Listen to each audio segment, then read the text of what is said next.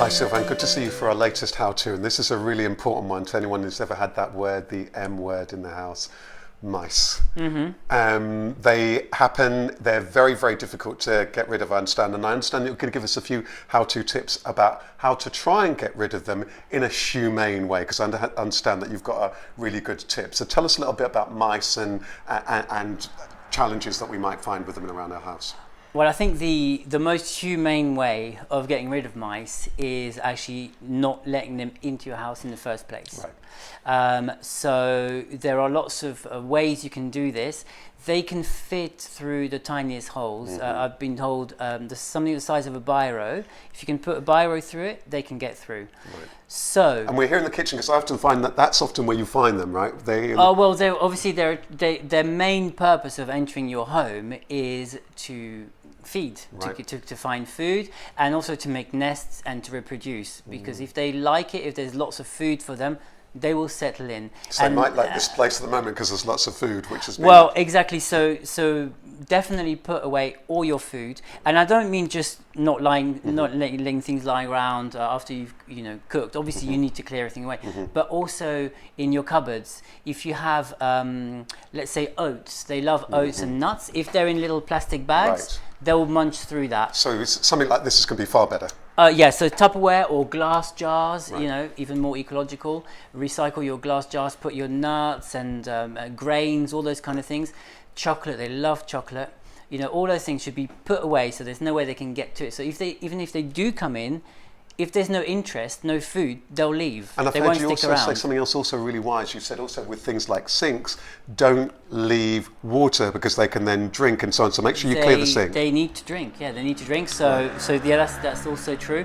But yeah, so the first thing to do is to make sure that there's nothing attracting them into your house, particularly in the winter months when it's really cold, and they'll be more adventurous and they'll take more risks. Right. And I know you brought something along with this, because then there's sometimes the thing about we'll have often holes in the house and we want to kind of clear those mouse holes up. That's right. Yeah. Talk us through your humane tip. Well, so if you see holes, as I said, the size of a biro they can get through, it could be cracks in the floorboards, particularly around where piping is coming into the house. Right. Usually the builders will do a slightly bigger hole, obviously.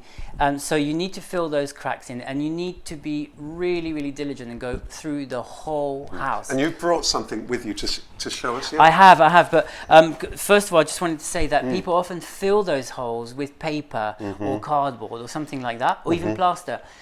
That just gives them stuff to build their nest with, so you're actually helping them. Right. What you need to put in those gaps and cavities and holes is wire wool. And we can buy this at builders merchants shops? Oh, any hardware shop will have it. Yeah. You can get coarse or fine. Coarse is usually better, but you can just rip that off and then you pack it in. Now, just make sure it's really, really packed in. Sometimes if there's a big cavity behind it, what you might want to do is just stuff it in and really compact it. So if I can have a go, so I see this stuff will tear. If it's a small hole, I might block that there. If it's something bigger, I could line that. Yeah, you can fit it through the cracks in between floorboards using a ruler, for example, to really make sure it's a snug fit. Right, yes.